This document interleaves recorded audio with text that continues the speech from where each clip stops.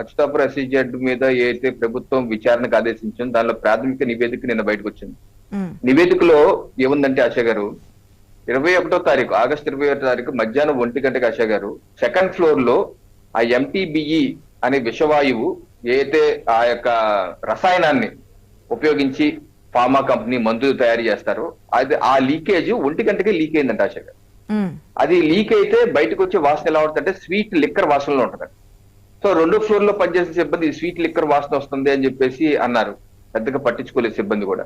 కాసేపు ఒక అరగంట 30 గంట అయ్యేసరికి ఫస్ట్ ఫ్లోర్ కూడా వచ్చింది. ఈలోపు 1:30 అయ్యేసరికి భోజనం టైం అయింది.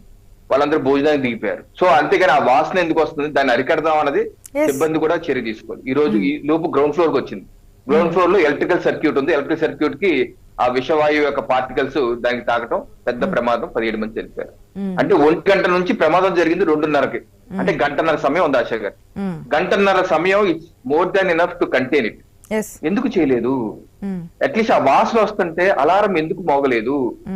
సిబ్బంది ఎందుకు దాన్ని సేఫ్టీ ప్రికాషన్ తీసుకుని ఆపలేదు? ఆ పైప్ లైన్ ఎందుకు లీక్ ఆపలేదు? అంటే ఒక అజాగ్రత్త కావచ్చు. సో ఒక నిర్లక్ష్య ధోరణి.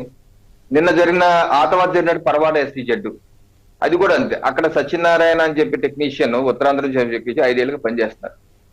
ఆ యొక్క బ్యాగ్ లో ఉన్నటువంటి రసాయనం ఏంటంటే ఫార్మాస్యూటికల్స్ ఆశ గారు అత్యంత ప్రమాదక రసాయనంతో డీల్ చేస్తారు. వాళ్ళకి సంబంధించినటువంటి ప్రికాషన్స్ తీసుకోవాలి, ప్రాపర్ ట్రైనింగ్ ఇవ్వాలి. ఆ బ్యాగ్ ని మొత్తం నింపి కలిపి ఆ బ్యాగ్ ని ఒకసారి హోంమంత్రి చెప్తే ఆ బ్యాగ్ ని ఒకసారి ఇలా అన్నారట. ఇలా అన్నారు, బ్యాగ్ ని దులిపారు. అంత జనరల్ గా మనం దులుపుతాం కదా, అది దులిపారు.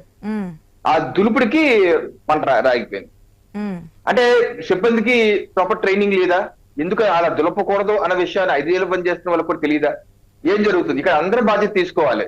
ఇటు ప్రభుత్వం తీసుకోవాలి, కంపెనీ తీసుకోవాలి, సిబ్బంది తీసుకోవాలి, సేఫ్టీ ఆఫీసర్ ఉండాలి. మన ఒకసారి మనకి సబ్జెక్ట్ మ్యాటర్ ఎక్స్పర్ట్ వచ్చి చెప్పారు, సేఫ్టీ ఆఫీసర్ ప్రతి కంపెనీకి ఉండాలని. సేఫ్టీ ఆఫీసర్ ఎందుకు ఉండలేదు? సేఫ్టీ ఆఫీసర్ ఉండే విధంగా ప్రభుత్వం చూడాలి. యాజమాన్యం కూడా విజ్ఞప్తి మీ ఛానల్ ద్వారా ప్రత్యేకంగా రెడ్ కేటగిరీలో ఉన్నటువంటి అనేకమైన పరిశ్రమలు, దానిలో మరి ముఖ్యంగా ఫార్మస్యూటికల్ కంపెనీలు పదే జరుగుతున్నారు. కానీ మీ యొక్క రాష్ట్ర సంఘాలు బయటికి రండి. ఏదో నిమ్మకు నీరు ఎత్తినట్టు కూర్చుంటాం కాదు. మీరు బాధ్యత తీసుకోరా? ప్రాణాలు కోల్పోతున్న 20 మంది, వారం రోజులు 20 మంది ప్రాణాలు కోల్పోయారు. అసలు మీ యొక్క పరిశ్రమల్లో సేఫ్టీ ప్రికాషన్స్ ఏం తీసుకున్నారు? స్మోక్ డిటెక్టర్స్, ఇటువంటి లీకేజ్ డిటెక్టర్స్ ఎందుకు పెడుతున్నారు లేదా?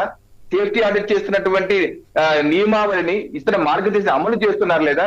దయచేసి ఒక 2 వారాల పాటు మీ కంపెనీని క్లోజ్ చేసి మొత్తం సేఫ్టీ ఆడిట్ చేసి సిబ్బందికి కూడా ట్రైనింగ్ ఇచ్చి వాళ్ళు ప్రాపర్ ఆపరేటర్స్ ఇచ్చి మీ యొక్క పనిచేయడానికి మంచి అవకాశాలు ఇవ్వండి. అక్కడ ఓ 15 రోజులు ఆపండి మీ పరిశ్రమని. ఈ యొక్క చర్యలు తీసుకోకుండా కేవలం లాభాపేక్ష మీదే మీరు ఉండిపోయి నాకు రూపాయలు వస్తుంది కదా, జార్ఖండ్ నుంచి వచ్చారు, ఉత్తరాంధ్ర నుంచి వచ్చారు, రాయలసీమ నుంచి వచ్చారు, నాకైతే ఏమైనా అనుకుంటారు లేదు, కుదరదలాగా. దయచేసి మీరు నైతిక బాధ్యత తీసుకోవాలి. సమాజంలో భాగం, మనందరూ సమాజంలో భాగం. ప్రభుత్వం కూడా దాని మీద సీరియస్ గా ఆలోచిస్తుంది ఆశ గారు. తప్పనిసరిగా ఒక 15 రోజులు షట్ డౌన్ చేసే విధంగా ఈ పరిశ్రమల్ని మొత్తం ఒక ప్రక్షాళన చేసే విధంగా సరి చేసే విధంగా ప్రభుత్వం కూడా ఆలోచిస్తుంది ఆశ గారు.